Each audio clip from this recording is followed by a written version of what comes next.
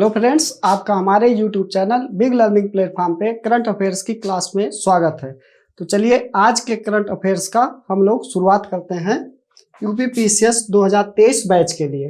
तो आज का जो पहला क्वेश्चन है, भारत और नेपाल के बीच कौन सा संयुक्त प्रशिक्षण अभ्यास प्रारंभ किया गया? तो अभी सूर्य किरण का 16वां जो संस्करण है वो किसके किसके बीच में किया गया? भारत और नेपाल के बीच स्टार्ट किया गया है। धर्म गार्जियन जो युद्ध अभ्यास है वो भारत और जापान के बीच किया जाता है। और पिच ब्लैक जो है भारत ऑस्ट्रेलिया के बीच, अभी हाल फिलहाल में इसका भी आयोजन किया गया है। जो वोस्टॉक 2022 का आयोजन हुआ है वो भारत और रूस के बीच किया गया। आयोजन कहाँ हुआ? तो रूस में इसका आयोजन किया गया। तो भारत और नेपाल के बीच अभी जो प्रशिक्षण अभ्यास प्रारंभ किया गया है वो सूर्य किरण है। धर्म गार्जियन जो है भारत और जापान के बीच, और पिच ब्लैक भारत और ऑस्ट्रेलिया के बीच, और साथ ही साथ जो वोस्टॉक 2022 का आयोजन किया गया युद्धाभ्यास का, जिसका आयोजन रूस में किया गया, जो भारत और रूस का द्विपक्षीय सैन्य अभ्यास है। हाल फिलहाल में जो अभी युद्ध अभ्यास हुए हैं जो हमारे परीक्षा के लिहाज से महत्वपूर्ण हो सकते हैं, उसको भी हम देखने का प्रयास करते हैं। तो काजिंद युद्धाभ्यास जो अभी कल ही यानी 16 तारीख से स्टार्ट हुआ है, तो काजिंद युद्धाभ्यास जो 2022 का है, जिसका 6वां संस्करण अभी आयोजन किया गया, उसका कहाँ पे? उमरोई मेघालय में। तो आप मैप में भी देख पा रहे होंगे, ये आपका कजाकिस्तान देश है और ये इंडिया है। तो इन्हीं दोनों देश के बीच दो पक्षीय सैन्य अभ्यास अभी स्टार्ट किया गया, काजिंद युद्धाभ्यास, जो उमरोई के मेघालय में किया गया है। और साथ ही साथ जो भारत और ऑस्ट्रेलिया के बीच अभी हाल फिलहाल में युद्धाभ्यास हुए हैं, जो आप मैप में भी देख पा रहे होंगे, ये आप भारत की स्थिति है और ये ऑस्ट्रेलिया की स्थिति है। साथ ही साथ भारत और ऑस्ट्रेलिया के बीच अभी जो युद्धाभ्यास हुए हैं उनमें से एक पिच ब्लैक युद्धाभ्यास है जो 2022 का है। भारत और ऑस्ट्रेलिया के बीच आस्ट्रा हिंद युद्धाभ्यास हुआ, वो भी 2022 का, जिसका आयोजन आपके राजस्थान राज्य में किया गया। और साथ ही साथ जो मालाबार युद्धाभ्यास जिसका आयोजन जापान में किया गया है, इसमें क्वाड देशों के जो 4 सदस्य हैं, जिसमें से अमेरिका और जापान, उसके बाद ऑस्ट्रेलिया,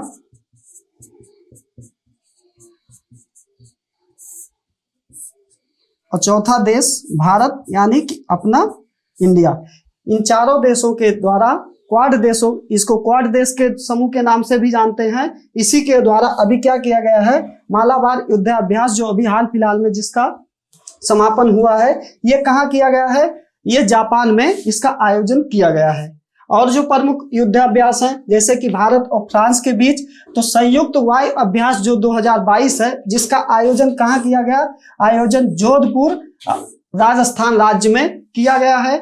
और साथ ही साथ भारत और फ्रांस के बीच जो प्रमुख और युद्धाभ्यास हैं उसको भी हम देखने का प्रयास करते हैं। तो गरुड़ युद्धाभ्यास, वरुण युद्धाभ्यास और शक्ति, यानी कि गरुड़, वरुण और शक्ति, ये तीनों युद्धाभ्यास जो हैं ये भारत और फ्रांस के बीच किए जाते हैं। आप मैप में भी स्थिति देख पा रहे होंगे, ये अपना इंडिया है और ये फ्रांस है, जिनके बीच ये प्रमुख युद्धाभ्यास अभी हाल फिलहाल में किए गए हैं। और ये निरंतर जो युद्धाभ्यास होते हैं, गरुड़ है, वरुण है, शक्ति है, ये भारत और फ्रांस का द्विपक्षीय युद्धाभ्यास है, जिनका आयोजन अभी हाल फिलहाल में हुआ है। भारत और इंडोनेशिया जो आप मैप में भी देख पा रहे होंगे, ये इंडिया है और ये इंडोनेशिया की स्थिति है। इन्हीं के बीच अभी क्या किया गया है? गरुड़ शक्ति युद्धाभ्यास 2022 का द्विपक्षीय सैन्य अभ्यास किया गया है। गरुड़ शक्ति जो है भारत और इंडोनेशिया के बीच, जबकि गरुड़ जो है वो भारत और फ्रांस के बीच होने वाले प्रमुख युद्धाभ्यास है। इसमें काफी कंफ्यूजन रहता है। जो गरुड़ है, सिर्फ अगर गरुड़ आपसे परीक्षा में पूछा जाता है तो आप क्या बताएंगे? भारत और फ्रांस के बीच। और जबकि गरुड़ और शक्ति की बात किया जाएगा जो अभी हाल फिलहाल में हुआ है, वो भारत और इंडोनेशिया के बीच होने वाला प्रमुख युद्धाभ्यास है। साथ ही साथ भारत और ओमान का जो युद्धाभ्यास है, जिसे हम नसीम अल बहु अभ्यास 2022 के नाम से जानते हैं, वो भी अभी हाल फिलहाल में आयोजन हुआ है। तो इसकी भी स्थिति आप देख पा रहे होंगे, ये ओमान कंट्री है और ये अपना इंडिया है, जो क्या नसीम अल बहु अभ्यास 2022 का आयोजन अभी हाल फिलहाल में इसका भी आयोजन किया गया है। इंडिया में जो प्रमुख युद्धाभ्यास हुए हैं उसको भी हम देखने का प्रयास करते हैं। तो सुदर्शन परिहार जो है ये राजस्थान राज्य में किया गया है, इसका आयोजन भारतीय सेनाओं के द्वारा। और एकीकृत अग्निशक्ति अभ्यास जो शत्रुनाश का किया गया है, यह भी राजस्थान राज्य में किया गया है। साथ ही साथ अग्नि वॉरियर अभ्यास का जो 12वां संस्करण है, ये हमारे महाराष्ट्र राज्य में इसका आयोजन किया गया है। और भारतीय वायुसेना का अभ्यास जो समन्वय 2022 किया गया, वो कहाँ पे, वो उत्तर प्रदेश के आगरा में इसका आयोजन अभी हाल फिलहाल में किया गया है। तो ये कुछ युद्धाभ्यास थे जो हमारे परीक्षा के लिहाज से महत्वपूर्ण हो सकते हैं। देश स्तर पे और अंतरराष्ट्रीय स्तर पे उसको हमने देख लिया। अब चलते हैं नेक्स्ट क्वेश्चन पे। हाल ही में किस उत्पाद को भौगोलिक संकेतक का प्रदान किया गया है? भौगोलिक संकेतक उस राज्य को दिया जाता है जिस राज्य की वो वस्तु होती है, उसमें से जो वस्तुएं उत्पाद प्रमुख होती है तो उन्हीं को जीआई टैग दिया जाता है। जीआई टैग जो है खमोचा, तंदूर रेड ग्राम और रक्त से खुबानी, ये तीनों वस्तुओं को क्या किया गया है, यानी कि उपरोक्त सभी वस्तुओं को अभी जीआई टैग प्रदान किया गया है। जीआई टैग प्रदान करने के लिए जो मंत्रालय स्थापित है, वो वाणिज्य एवं उद्योग मंत्रालय के द्वारा क्या किया जाता है, जीआई टैग प्रदान किया जाता है। जीआई टैग यानी भौगोलिक संकेतक, जो पंजीकृत भौगोलिक संकेतक यानी जीआई टैग, इसको मिला के कुल कितनी संख्या हो गई है अभी, तो 432 पहुंच गई है। यानी 432 प्रोडक्ट ऐसे हैं इंडिया के जिनको जीआई टैग अभी हाल फिलहाल में इनको प्रदान किया गया है।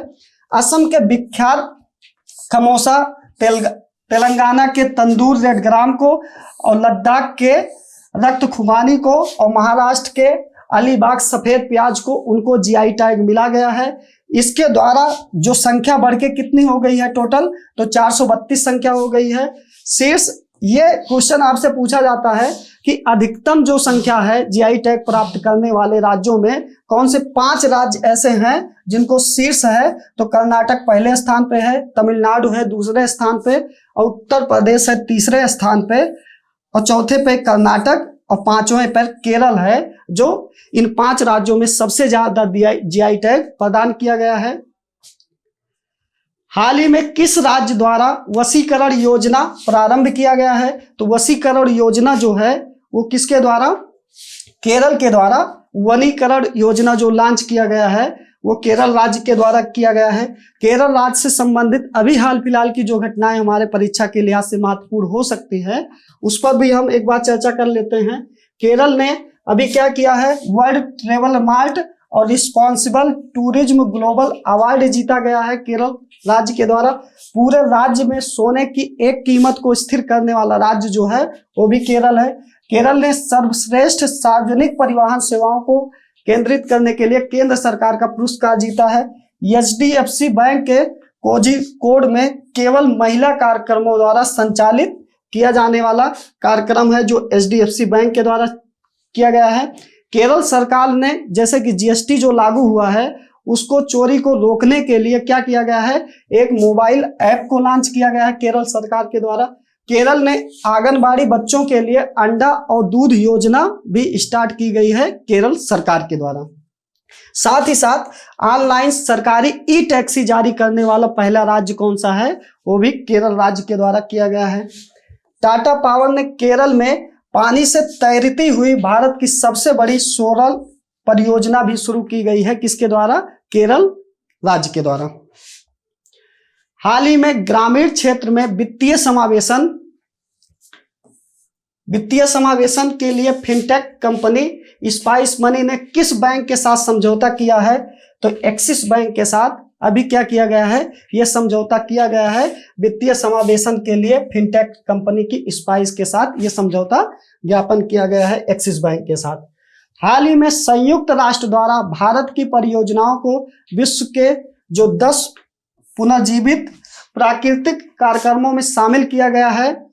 तो नमामि गंगे जो कार्यक्रम स्टार्ट किया गया था 2014 में, उसी को क्या किया गया है, अभी संयुक्त राष्ट्र की संस्था ने विश्व के 10 जो पुनर्जीवित योजनाएं हैं उनमें से एक स्थान नमामि गंगे कार्यक्रम जो स्टार्ट किया गया है 2014 का, उसको उसमें शामिल किया गया है। अभी राष्ट्रीय गंगा नदी जो बेसिन प्राधिकरण है, भारत सरकार द्वारा 2009 में पर्यावरण संरक्षण अधिनियम 1986 के तहत जो भारत की नदी गंगा नदी है उसको क्या किया गया है, राष्ट्रीय नदी घोषित किया गया है 2009 में 1986 अधिनियम के माध्यम से।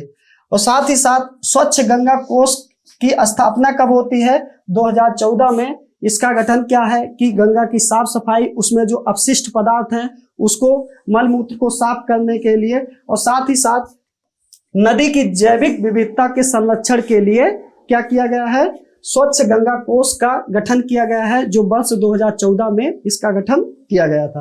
साथ ही साथ भुवन गंगा वेब ऐप, यह गंगा नदी में होने वाले किसी भी तरीके के प्रदूषण को कम करने के लिए या नियंत्रित करने के लिए भागीदारी को सुनिश्चित करता है। अपशिष्ट निपटान, जैसे कि पता है कि गंगा नदी में काफी अपशिष्ट प्रवाहित किए जाते हैं, उसके लिए उस पर प्रतिबंध लगाने के लिए वर्ष 2017 में नेशनल ग्रीन ट्रिब्यूनल, जिसे हम एनजीटी के नाम से जानते हैं, उसके द्वारा क्या किया गया है, किसी भी प्रकार के गंगा नदी में कचरे के निपटान के लिए उसमें प्रतिबंध लगाया गया है एनजीटी के द्वारा, यानी कि नेशनल ग्रीन ट्रिब्यूनल के द्वारा। और अर्थ गंगा परियोजना जो वर्ष 2022 में पर्यटन मंत्रालय द्वारा स्टार्ट की जाती है, उसका क्या उद्देश्य है, तो पर्यटन के जो गंगा नदी के किनारे जितने भी विकसित क्षेत्र हैं उसमें क्या करना है, उसमें सर्किट विकसित करना, आर्थिक गतिविधियों पर ध्यान देना और प्रदर्शनियों और मेलों के आयोजन और जैविक खेती और प्राकृतिक खेती के गलियारों से संबंधित यह कॉरिडोर का निर्माण क्या करना है, अर्थ गंगा परियोजना जो 2022 का उसका उद्देश्य रखा गया है। चलते हैं नेक्स्ट क्वेश्चन पे। विश्व स्वास्थ्य संगठन के नए जो वैज्ञानिक किसे नियुक्त किया गया है, जो नए मुख्य वैज्ञानिक विश्व स्वास्थ्य संगठन यानी कि WHO का किसे नियुक्त किया गया है, तो जेरेमी फरार जी को अभी नए मुख्य सचिव, वैज्ञानिक सचिव के पद पे इनको नियुक्त किया गया है विश्व स्वास्थ्य संगठन यानी WHO के द्वारा। मैरी कॉम कौन है, तो एथलीट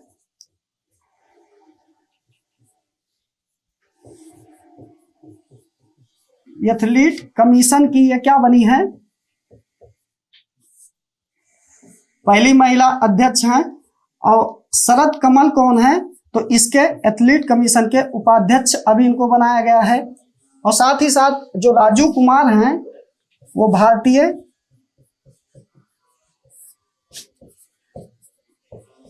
निर्वाचन आयोग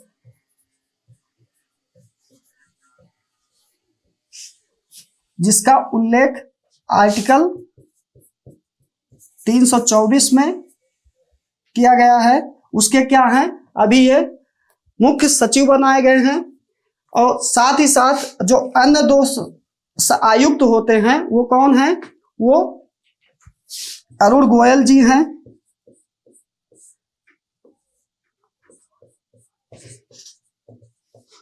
और दूसरे जो हैं अनूप चंद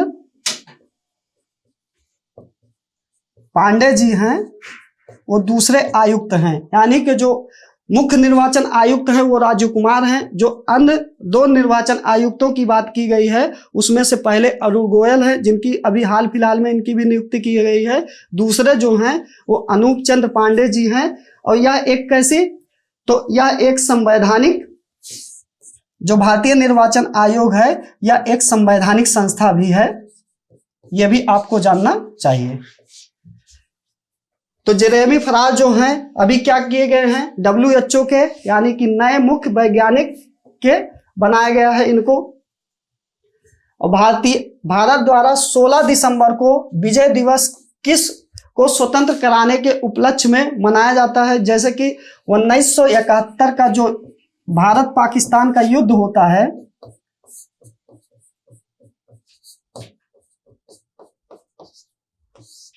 जिसमें भारत को जीत मिलती है, और साथ ही साथ जो पूर्वी पाकिस्तान था, यानी जिसे आज हम बांग्लादेश के नाम से जानते हैं, वही 1971 के युद्ध में क्या किया जाता है, उसको स्वतंत्रता दी जाती है और अलग एक देश के निर्माण होता है जिसे हम आज बांग्लादेश के नाम से जानते हैं। तो वही 16 दिसंबर को प्रतिवर्ष क्या मनाने की, विजय दिवस मनाने की घोषणा की गई है। तो अभी हाल फिलहाल में जो महत्वपूर्ण डे दिसंबर मंथ में मनाए गए हैं उसको भी देखने का प्रयास करते हैं। तो प्रतिवर्ष 16 दिसंबर को वर्ष 1971 में क्या किया गया है, जो 1971 का युद्ध था जिसमें पाकिस्तान पर भारत की विजय की स्मृति पर विजय दिवस मनाया जाता है, और अलग एक देश जिसे पूर्वी पाकिस्तान के नाम से पहले हम जानते हैं, बाद में उसी को बांग्लादेश के नाम से स्थापित किया गया। और 1 दिसंबर को विश्व एड्स दिवस मनाया गया, और साथ ही साथ बीएसएफ का 28वां स्थापना दिवस मनाया गया, और 2 दिसंबर को राष्ट्रीय प्रदूषण नियंत्रण दिवस और साथ ही साथ विश्व कंप्यूटर साक्षरता दिवस मनाया गया। गुलामी के उन्मूलन के लिए भी क्या 2 दिसंबर को मनाया गया अंतर्राष्ट्रीय दिवस, और 3 दिसंबर को विकलांग यानी दिव्यांग व्यक्तियों के लिए अंतर्राष्ट्रीय दिवस के रूप में मनाया गया। और 3 दिसंबर 2022 को साथ ही साथ राष्ट्रपति भवन में जो भारत के पहले क्या थे, भारत के पहले राष्ट्रपति रहे हैं, उनकी भी क्या की गई है, जयंती पर उनको पुष्पांजलि दी जाती है 3 दिसंबर को। और 4 दिसंबर को भारतीय नौसेना दिवस मनाया गया और अंतर्राष्ट्रीय बैंक दिवस भी मनाया जाता है। और 5 दिसंबर को विश्व मृदा दिवस, और 6 दिसंबर को डॉक्टर भीमराव अंबेडकर की 66वीं पुण्य तिथि मनाई जाती है। आपको कमेंट में संविधान की आत्मा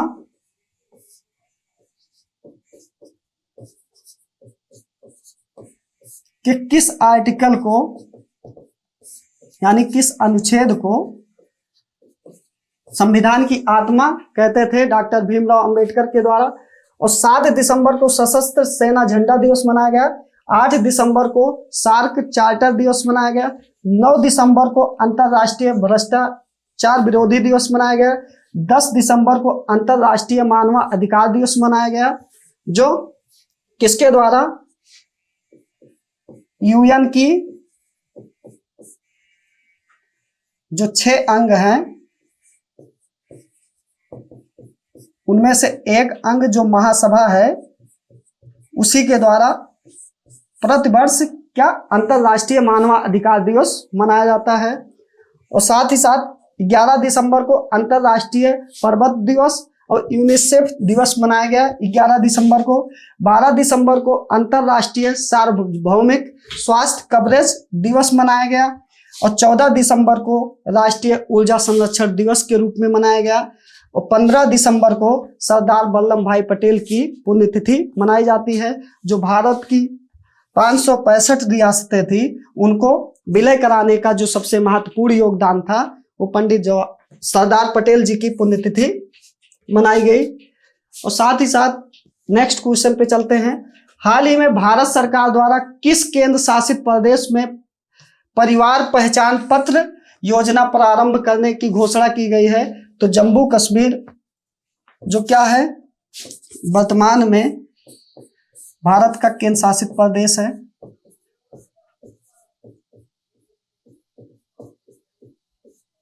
अभी टोटल 28 राज्य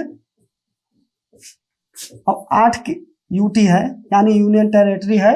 उन्हीं में से एक यानी कि जम्मू कश्मीर के द्वारा क्या किया गया है, भारत सरकार द्वारा पहचान पत्र योजना प्रारंभ की गई है जम्मू कश्मीर राज्य के लिए। हाल ही में भारतीय अंतर्राष्ट्रीय विज्ञान महोत्सव का आयोजन कहाँ किया गया है? तो अंतर्राष्ट्रीय विज्ञान महोत्सव का आयोजन जो किया गया है वो भोपाल में किया गया है, जो मध्य प्रदेश में है। वहीं पे इसका आयोजन किया गया है। भारत के जो प्रमुख महोत्सव अभी हाल फिलहाल में किए गए हैं, जो हमारे परीक्षा के लिहाज से महत्वपूर्ण हो सकते हैं, उसको भी हम देखने का प्रयास करते हैं। तो जनजातीय शीतकालीन महोत्सव जो 2022 मनाया गया, वो कहाँ मनाया गया? वो जम्मू कश्मीर में मनाया गया। और सरस आजीविका मेला वो दिल्ली में मनाया गया। दिव्य कला मेला जो है 2022 का, वो भी कहाँ मनाया गया? तो नई दिल्ली में मनाया गया। और कड़ाके काई परिसर उत्सव जो है वो कर्नाटक में मनाया गया। और अब्बू-वाची का जो मेला मनाया जाता है वो कहाँ मनाया जाता है? वो असम राज्य में मनाया जाता है। खारची महोत्सव जो है वो त्रिपुरा में मनाया गया। हार्नबिल उत्सव जो है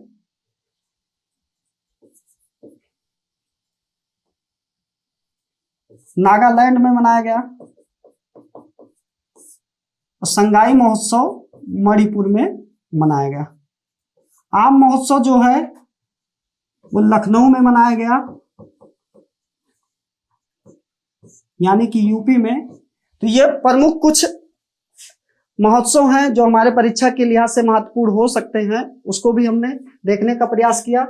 जैसे कि शीतकालीन जो महोत्सव मनाया गया और जम्मू कश्मीर में, सरस आजीविका मेला दिल्ली में, और दिव्य कला मेला वो भी दिल्ली में, और कड़ाके काइल परिसर उत्सव जो कर्नाटक में मनाया गया, और साथ ही साथ आम महोत्सव जो लखनऊ के यूपी में मनाया गया।